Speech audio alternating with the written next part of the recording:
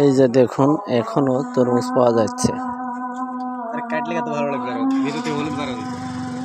হ্যাঁ, পেয়ারাও বেচতেছেন? বাহ বাহ,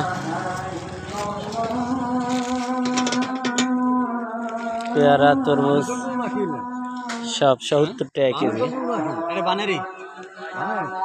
হুজুর বেচতেছে। হুজুর এই মাল কোথায় থেকে আসে এখন?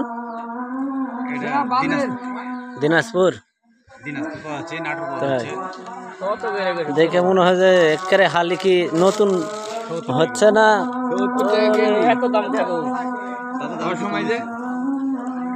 অসময় যে তরমুজ পাওয়া যাচ্ছে মেলা।